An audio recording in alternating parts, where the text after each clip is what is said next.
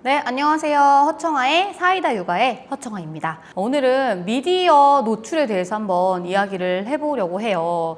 미디어 노출 참 걱정이 많은 주제입니다. 일단 우리 아이가 미디어와 관련된 부정적인 얘기들을 이제는 너무 많이 잘 알고 계실 거예요. 24개월 이전엔 절대 보여주면 안 된다. 우리 아이 뇌가 팝콘 브레인이 된다. 여러 가지 중독적인 뇌가 된다. 여러 가지 부정적인 이야기들을 너무 많이 들으셨기 때문에 나도 아이 낳으면 절대 안 보여줘야지 다짐을 하기도 하실 거고요. 지금까지 잘 실천해 오신 분들도 계실 거고요. 근데 이제 이렇게 잘 알고 있는 내용이었음에도 불구하고 쉽게 아마 무너지셨을 거예요. 예를 들면 이제 모처럼 가족들이 외식을 나갔어요. 맛있는 걸 먹고 있는데 우리 아이 갑자기 이제 막 뗐어요. 소리치고 나가고 싶다고. 근데 이제 갓 나온 뜨끈뜨끈한 걸 빨리 먹어야 되는데, 먹고 싶은데, 우리 아이가 막 난리를 치고, 옆에 테이블에서는 왠지 눈치를 주는 것 같고, 그러면 이제, 안 되겠다 하고서 이제 유튜브를 켜주는 거죠. 그렇게 시작을 하기도 하고, 그 다음에 우리 아이가 카시트에서 막 울고 자지러져요. 자기 나오고 싶다고. 그런 난리를 치는데 나는 빨리 운전해서 우리 막 어디 가야 돼. 그러면은 또 이제 넘어갈 수 있죠. 미디어를 이제 보여줍니다. 이런저런 계기를 시작으로 우리는 미디어의 노출을 시작할 수 있어요. 네, 근데 이제 이런 것들이 한두 번 반복되면 어느 날부터는 우리 아이가 떼를 쓰기 시작하겠죠. TV를 보여달라고 떼를 쓰고, 엄마 아빠 핸드폰으로 빨리 이거 켜달라고 떼를 쓰고, 그렇게 떼를 쓰는 아이를 보면서, 그리고 우리가 어떤 이제 뭔가 일관성 없이 미디어를 보여주고 있는 것들이 괜찮은가 항상 돌아보게 되고, 우리 아이가 이제 미디어를 보면서도 마음이 편하지 않을 수 있고, 이런 상황들에서 우리가 그러면 어떻게 해야 되는지를 좀 얘기를 해보면 좋을 것 같습니다. 이제 애가 너무 습관이 돼서 이제 아예 끊기는 어려울 것 같아요. 이제 망한 걸까요? 이렇게 질문을 하시기도 하고요.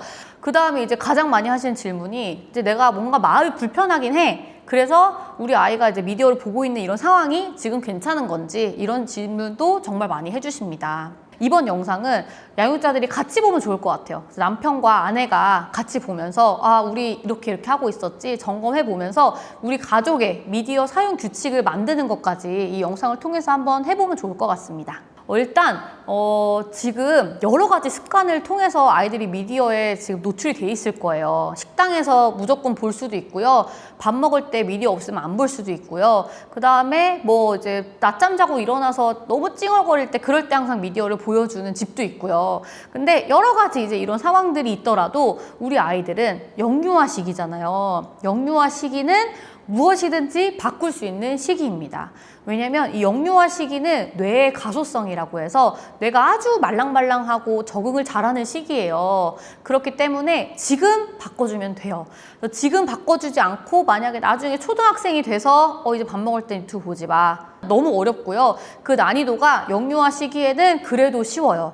그래서 지금이 가장 좋은 변화를 주기에 가장 좋은 시기라는 것을 기억하세요. 두 번째는 이 영상이라고 하는 걸 아이가 선택한 게 절대 아니에요. 단순히 노출이 됐을 뿐인 건데요. 우리 아이들 이렇게 생각할 수 있어요. 우리 아이는 교구 같은 거 안 좋아해. 우리 아이는 책 읽기 안 좋아해. 우리 아이는 영상만 좋아해. 하지만 아이의 선호가 아니라는 점을 잘 기억하시면 좋을 것 같아요. 그냥 거기에 노출이 되었을 뿐이에요. 우리 아이들은 이런 자극이 주어졌을 때 더 큰 자극을 추구할 수밖에 없거든요. 우리의 뇌 자체가. 그렇기 때문에 우리 아이가 이런 그 영상을 아예 배제하고 앞으로는 내가 엄마 아빠랑 노는 활동 아니면 바깥놀이 아니면 이제 발달에 맞는 어떤 놀이들을 해주는 것을 내가 선택하고 그다음 이걸로 우리 아이들을 좀 더 시간을 더 채워주겠다라고 하면 아이는 또 그 선택에 따라올 거예요. 그래서 이거는 아이의 선호나 선택의 문제가 아니라 그 다음에 우리 양육자들이 어떻게 노출을 시켜주느냐에 따라서 따라올 수 있는 점이라는 거를 꼭 기억하시면 좋을 것 같습니다. 일단 이 미디어 노출에 대해서 조심해야 되는 거 다 알고 있지만 알고 조심하는 것과 또 그냥 모르고 이렇게 해야 되는구나 랑 다르기 때문에 왜 조심해야 되는지 한 번 더 말씀을 드리고 싶어요.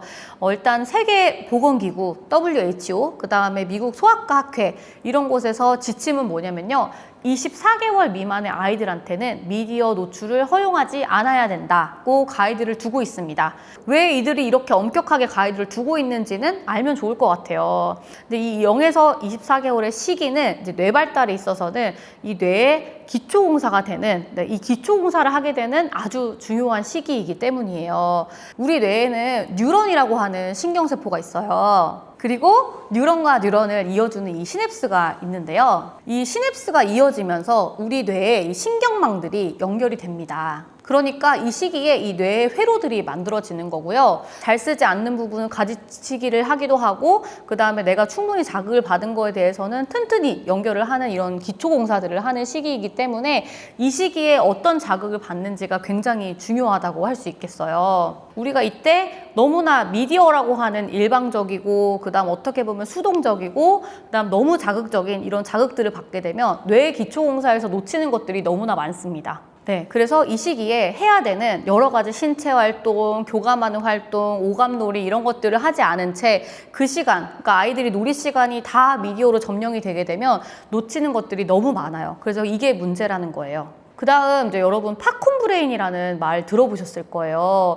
우리 뇌는 기본적으로 계속 더 높은 자극을 추구할 수밖에 없도록 설계가 되어 있습니다. 그러다 보면 우리 아이들이 만약에 이런 미디어의 자극에 큰 자극에 노출이 되잖아요. 그러면 일상생활이 점점 더 지루해질 거예요. 왜냐면 내가 미디어에서 보던 거는 막 화면 전환이 되게 빠르고 소리가 크고 그 다음에 너무너무 막 즐겁고 막 자극적인 소리들이 나는데 일상은 그렇지 않잖아요. 이런 자극에 노출된 아이들은 심심하게 느껴져요. 그래서 이런 아이들이 가지고 노는 장난감에서도 자극의 종류가 다르죠. 막 건전지 장난감이 화려하고 불빛이 나는 건전지 장난감에 비해서 만약에 그냥 원목으로 된 블록 쌓기 놀이 같은 걸 한다고 하면 아이는 자극이 강한 걸 택할 수밖에 없는 거예요. 근데 하지만 우리 아이들이 해야 되는 거는 그냥 정말 일상적이고 자극이 적은 심심한 활동들이거든요. 그래서 이런 활동들을 통해서 내가 충분히 이제 뇌의 회로를 구성하는 데 필요한 활동들을 할 수 있기 때문에 우리 아이들이 점점 더 높은 자극에 노출이 되지 않도록 주의하는 게 되게 중요합니다. 그래서 두 돌 전에 미디어에 많이 노출된 아이일수록 주의력이 부족하다고 이런 연구 결과가 나온 것도 이렇게 앞서 말씀드린 맥락과 동일한 맥락이라고 보시면 되겠습니다. 그 다음에 또 이 시기에 미디어를 좀 멀리해야 되는 이유는 자기조절 능력과도 관련이 있습니다. 이 자기조절 능력은 앞서 말씀드렸던 0에서 24개월의 발달의 결정적 시기에 꼭 아이가 습득을 해야 되는 능력이에요. 내가 좀 참을 줄 알아야 되고, 그 다음에 내가 한 이 행동으로 인한 결과가 어떤 건지 알아야 되고, 이런 것들을 이해하면서 자기 조절력이 자라기 시작하는데요. 근데 미디어는 너무너무 즉각적인 보상이 바로바로 주어지는 그런 매체이기 때문에 아이들의 자기 조절력을 키우는데 도움이 전혀 되지 않아요. 그래서 이 영상 자체가 나쁜 거냐, 아니면 이제 이 영상으로 인해서 아이가 해야 되는 활동들을 못하는 것 때문에 문제가 되는 거냐에 대해서는 아직도 전문가들의 견해들이 많이 달라요. 근데 이유가 뭐가 됐든 우리 아이들이 이 0에서 24개월이라고나 하는 발달의 결정적 시기에는 조금 더 내가 뇌 발달에 좀 더 건강하고 긍정적인 자극들을 주는 엄마 아빠와 말하는 활동, 책 읽는 활동, 그 다음에 발달에 도움이 되는 놀잇감들을 가지고 탐색하는, 스스로 탐색하고 자기 조절력을 기르는 그런 활동들을 충분히 더 많이 해줘야 되는 시기라는 것은 명확합니다. 자, 그 다음에 이제 실전으로 넘어가 볼게요. 우리 집에 미디어 가이드라인을 한번 만들어 보는 겁니다. 여기서는 정답이 없어요. 우리 아이들이 지금까지 어떤 미디어와 관련된 활동들을 해왔는지, 우리 집에서의 규칙들은 어떠한지 이런 것들을 고려하면서 남편과 아내가 함께 우리 집은 어떻게 그런 가이드를 둘까에 대해서 한번 이걸 보시면서 고민을 하고 결정을 해보시면 좋을 것 같고요. 이 핵심은 정말 마찬가지로 일관성입니다. 내가 우리 집의 미디어 가이드라인을 이렇게 정했다라고 하면 일관성 있게 어디서든 동일하게 제공을 해주셔야 되는 것을 잊지 않아야 돼요. 미디어 가이드라인에서 저는 제일 중요한 게 식사 시간을 보지 않는 거라고 생각해요. 식당에 가서든 집에 있든 식사 시간에는 보지 않는 걸로 규칙을 정하면 좋을 것 같고요. 이 규칙을 정해야 되는 것이 가장 중요하다고 생각되는 이유는 이 식사 시간 자체가 아이한테는 너무너무 좋은 자극과 활동이 되거든요. 왜냐하면 이제 음식을 보고 냄새를 맡고 그 다음에 혀로 음식을 맛보고 그 다음에 음식을 맛보면서 이 음식과 관련된 대화를 하고 이런 모든 이 식사 시간에 이루어지는 여러 가지 일들이 아이의 뇌한테는 정말 복합적인 자극을 주는 되게 좋은 시간이에요.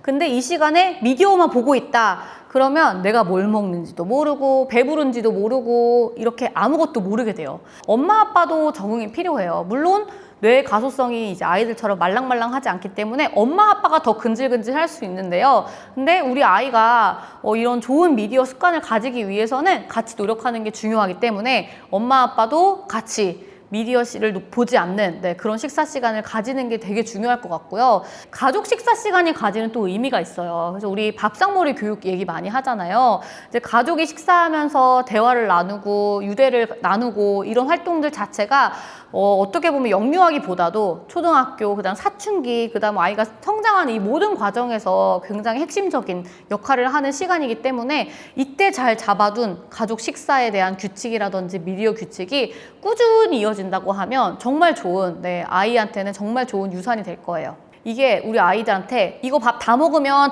유튜브 보여줄게 이렇게 많이 하시거든요. 근데 이것은 피해 주시면 좋을 것 같아요. 왜냐하면 이렇게 미디어 자체가 보상이 되는 순간 밥 먹는 활동은 되게 가치가 없는 일이 되거든요. 그렇기 때문에 밥 먹는 거를 보상으로 미디어를 보여준다. 이렇게는 안 하시면 좋을 것 같습니다.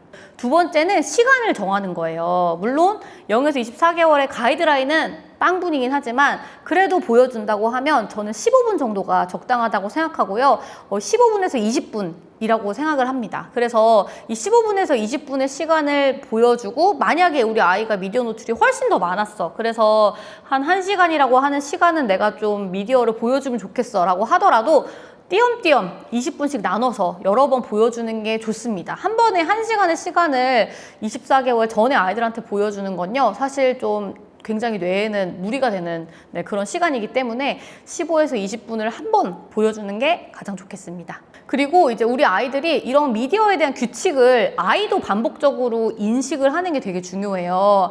그래서 오늘부터 이렇게 할 거야 해서 부모가 기억하고 한다고 해서 아이의 일상으로 그게 체득이 되기까지는 정말 많은 시간이 필요한데 규칙을 정해놓으면 그 규칙을 따라오는 거는 오히려 쉽기 때문에 예를 들면 우리 아이가 어린이집 다녀와서 간식 먹고 나서 손 닦고 그 다음에 보는 거야, 미디어 시간을. 그러면 그때는 이제 규칙적으로 그 시간에 보는 거겠죠?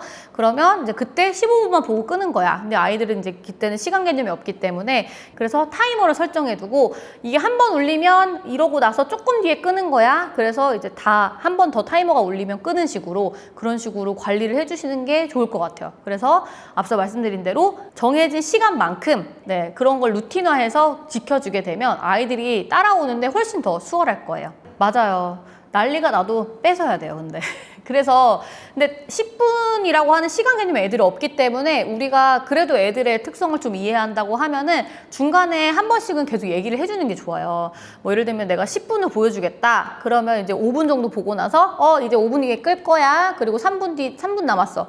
그럼 이제 조금밖에 안 남았어. 그 다음에 이제 1분 남았으면은 이제 1분 정도 전에는 이제 정말 얼마 안 남았어. 그래서 이제 그런 우리 시간을 이렇게 좀 직관적으로 볼 수 있는 그런 아이들용 시계들이 있어요. 그래서 그거 보면서 이제 빨간 칸이 어느 정도 줄어드는지를 애들도 보면서 이게 시간이 가는구나. 그래서 이 시간이 되면 내가 돌려줘야 되는구나를 알게 하는 거고 이것 또한 일관성이 중요하기 때문에 내가 뗐으면 더 볼 수 있구나 라고 되면은 안 되죠. 세 번째는 달래는 수단으로 사용하거나 아니면 이제 보상으로 사용하지 않아야 된다는 거예요. 근데 우리 아이들이 막 울고 뗐을 때 사실은 미디어를 보여주기 쉽잖아요. 근데 그렇지 않고 우리 아이들이 이제 울거나 떼쓰게 되면은 훈육할 때 말씀드렸던 것과 마찬가지로 우리 아이를 감정을 조절하는 방법을 알게 해줘야 되는데 감정을 내가 이 화나고 짜증나는 감정을 이해하거나 스스로 조절하는 이런 연습을 할 새도 없이 미디어를 갑자기 들이민다. 그럼 우리 아이들은 감정을 조절하는 방법을 사실은 연습을 하지 못하게 돼요. 그렇기 때문에 이걸 이제 수단으로 사용하지 않으라고 말씀드리는 겁니다. 그다음 네 번째는 가능하면 엄마 아빠랑 같이 보는 게 좋아요. 이제 엄마가 뭐 집안일을 하더라도 아빠랑 같이 보면서 이야기를 나누는 게 좋은데 사실은 쉽지 않을 수 있어요. 그럼 딴짓 하다가도 갑자기 와서 얘가 뭐 하고 있네? 막 봐봐. 이거 저번에 우리 봤던 건데 거기랑 비슷하다. 이런 식으로 가끔 이렇게 툭툭 말을 걸어주세요. 왜냐하면 이렇게 되게 미디어에 몰입을 하고 있으면서도 중간중간 엄마 아빠랑 상호작용을 하면 그 몰입을 끊고 내가 이거 자체가 어떻게 상호작용 수단으로 좀 변할 수 있는 그런 기회가 되기 때문에 같이 보는 게 제일 좋지만 같이 보지 못하더라도 중간중간 미디어와 관련된 말을 걸어주는 게 좋습니다. 네, 영상은 부모가 골라주는 걸 추천합니다. 사실 같이 보게 되면은 굉장히 자극이 많고 전개가 빠르고 이러다 보니까 애들한테는 이게 너무 고자극일 수 있거든요. 그래서 이제 미국에서는 아이들 되게 많이 보는 유튜브 채널이 코코멜론이라는 채널이 있는데 이제 미국에서는 그게 이제 베이비 코카인이라는 그런 말을 붙여서 이거 보이콧 해야 된다. 이거 너무 애들한테 자극적이다. 이렇게 해서 이게 오래전이긴 하지만 미국에서 이게 이슈가 됐던 적이 있어요. 근데 자극이 좀 적고 전환이 느리고 슴슴하고 사람이 나오는 그런 영상을 보여주는 것이 좋습니다. 그래서 실제로 사람이 나와서 막 찬트를 하고 막 율동하고 이런 영상들도 많거든요. 그래서 그런 걸 보여주시거나 아니면 이제 인형들이 나와서 이제 막 그 인형극처럼 하는 그런 영상들도 있어요. 그런 영상을 찾아서 보여줘야 되고 아이가 스스로 탐색하면서 찾는 영상들은 당연히 고자극으로 갈 수밖에 없기 때문에 이런 영상에서도 부모들이 제지를 해주는 게 중요하겠습니다. 그 다음에 영상을 보여줬을 때 내가 뭔가 막 따라하고 싶은 거, 그 다음에 막 뭔가 따뜻함, 조부모와의 스토리가 나온다거나, 그 다음에 내가 뭐 어린이집에서 일어나는 일들에 대해서 미리 대처해 볼 수 있다거나 하는 일상적이고 친숙한 것이 나오는 그런 주제를 다루고 있으면 더 좋아요. 그 다음 마지막으로는 자기 전에는 보여주지 않는 거를 미디어 가이드라인으로 두면 좋을 것 같아요. 그렇기 때문에 수면으로 들어가기 전 한 2시간 전에는 영상 시청을 다 끝내는 게 좋을 것 같아요. 이거는 사실은 성인들도 똑같잖아요. 그래서 영상을 만약에 자기 전에 보게 되면 자다가 깨는 횟수도 많아지고요. 그 다음에 이제 퀄리티 높은 잠의 그 질도 떨어지고요. 잠드는데 걸리는 시간도 오래 걸리고 수면 시간, 총 시간도 더 짧아진다는 그런 연구 결과가 있습니다. 그렇기 때문에 우리 아이들이 자기 전에 보는 것만큼은 좀 피해 주시면 좋을 것 같습니다. 영상 통화를 많이 물어봐 주세요. 왜냐면 부모들이 이제 너무 요즘에는 이제 다 잘 알고 계시기 때문에 나 2돌 전까지 미디어 안 보여줄 거야. 근데 영상 통화해도 괜찮은가요? 이렇게 질문 많이 해주시는데요.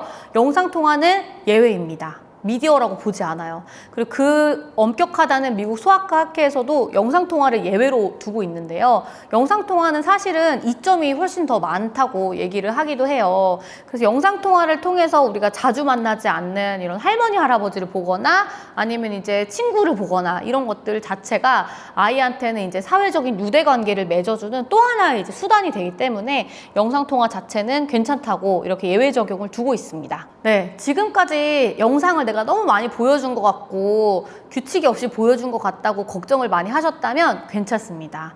네, 그래서 앞으로 우리 가족의 미디어 사용 가이드라인을 만들고 그거에 맞춰서 이제 일관성 있게 해주시는 게 앞으로는 더 중요할 것 같고요. 그래서 우리 아이들이 이제 뇌의 가소성이 높은 뇌가 말랑말랑한 시기이고 누구보다도 적응을 잘하는 시기라는 걸 꼭 기억하시면 이 과정이 조금 험난할지라도 그래도 우리에게는 희망찬 미래가 있다 생각하면서 우리 가족이 조금 더 미디어와 관련돼서 좋은 습관을 만들어가는데 이게 시작이 되면 좋을 것 같아요. 그리고 마지막으로 정말 중요한 거 하나 말씀드릴게요. 우리 아이들한테 제일 재밌는 시간은 미디어 보는 시간이 돼서는 안 돼요. 우리 아이가 제일 재밌고 즐거워하는 시간은 엄마 아빠랑 같이 노는 시간이어야 된다는 거, 그거를 잘 기억하시면 좋을 것 같습니다.